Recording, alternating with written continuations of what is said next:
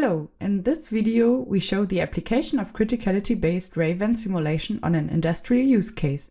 It has been produced by OFFIS in the context of the ITEA3 Testomat project, which deals with the next level of software test automation. First, let us quickly recap what our concept is about.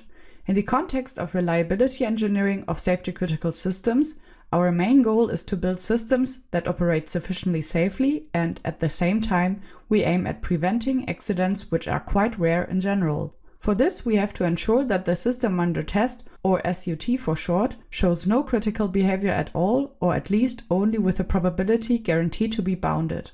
Here we have to face several challenges that we address with our approach that we call criticality-based ray event simulation, in order to make rare critical events visible in simulation-based safety validation. If you are excited to learn more, please watch our first video, Criticality-Based Ray Event Simulation Concept. Within the scope of the Testomat project, we could apply our method on an industrial use case, provided by our collaboration partner, AK Technologies.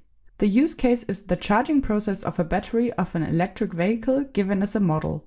Certainly, the battery should neither overheat during the charging process nor charge too long. To ensure this, there is a battery management system that supervises the charging process. This management system consists of a charging approval and a charging management module. The charging approval decides whether or not to charge the battery and stops the charging process if, for instance, the battery could heat up too much. The charging management in turn controls how much current is used to charge the battery. In addition, we are given a charging station to deliver the charging current. Finally, there are two input parameters to the system which we will trigger by criticality-based ray event simulation. These are the ambient temperature Tamp and the maximum available current Imax. Then, based on the output state of charge and temperature T, the criticality monitor computes the criticality for the respective simulation run according to the criticality function. Regarding the prerequisites, we are given two requirements, namely that the charging must not take longer than 7.2 hours, while the battery must not heat up more than 51 degrees Celsius. We have to check these requirements for a set of input parameters X, also referred to as search domain. In our case, this is any combination of ambient temperatures between -5 and 40 degrees Celsius and a maximum available current between 10 and 100 ampere. In order to apply criticality-based ray event simulation, we modeled the requirements into a criticality function kappa. This is a real-valued function that maps the search space X to bounded values between 0 and 1. The criticality is intended to measure the current health of the system with regard to the given requirements, in the sense that the more the requirements are harmed, the higher should be the criticality. The criticality value for a simulation run is checked against a given criticality threshold C kappa, so that if the criticality value is below the threshold, it means that all requirements are satisfied, and vice versa, if it exceeds C kappa, we can derive that at least one of the requirements is violated. In the course of the case study, we applied 4 different algorithms from the domain of optimistic optimization for criticality-based ray event simulation. Please watch our concept video to learn more about this. We applied algorithms designed to optimize functions with deterministic function evaluations and noisy function evaluations, meaning stochastic approaches. From the first class we use deterministic optimistic optimization and simultaneous optimistic optimization, also known as DO and SO. From the class of stochastic algorithms we decided to apply the well-known hierarchical optimistic optimization and a parallel version called POO. Optimistic optimization approaches require several things to be given in order to work well and to produce reasonable results. It can be shown that if the objective function, meaning the criticality function, is at least weakly Lipschitz continuous around its global maxima, then the requirements for the algorithms are satisfied in our case. Loosely speaking, this means that the criticality function must not decrease too fast around its global maxima, which we illustrate here. In our case, we could reason that the criticality function is locally Lipschitz with unknown smoothness. With this, we are all set to run criticality-based ray event simulation. For this purpose, we used our in-house modular framework called StreetTools.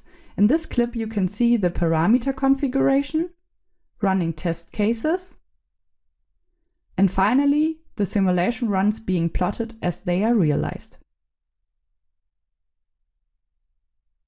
Now let's have a look at the simulation results that we obtained within the scope of the case study. First, we show the results from running pure Monte Carlo simulation, which means that we sampled uniformly from the parameter space. Here we see the criticality values of 4,000 samples with Monte Carlo plotted against the space of admissible currents and ambient temperatures. We observe that the target space can be classified into 3 areas from what we see. The valley of blue points is where both the temperature and the current are quite low. There we measure a rather low criticality around 0.36. This is mainly due to the fact that low ambient temperatures will cool down the battery so that it does not overheat while charging it with low currents. In the yellow-green area, we find that the criticality values are on a very same level, as here the temperature is controlled by the battery management system that lowers the current temporarily to keep the temperature from rising too much. This safety system fails in the third reddish region, the critical region, where in addition the ambient temperature is very high so that no additional cooling from the outside is provided. In that area the safety control fails and the battery will either overheat for a moment or the charging process will be temporarily interrupted, leading to very high charging times. Again, we can see that pure Monte Carlo sampled the parameter space uniformly and thus detects only very few critical events. Now let us have a look at the results obtained from criticality-based ray-event simulation using the WHO algorithm. For this we have to choose a hyperparameter rho, which has been set to 0.3 in this case. We'll return to this in a second.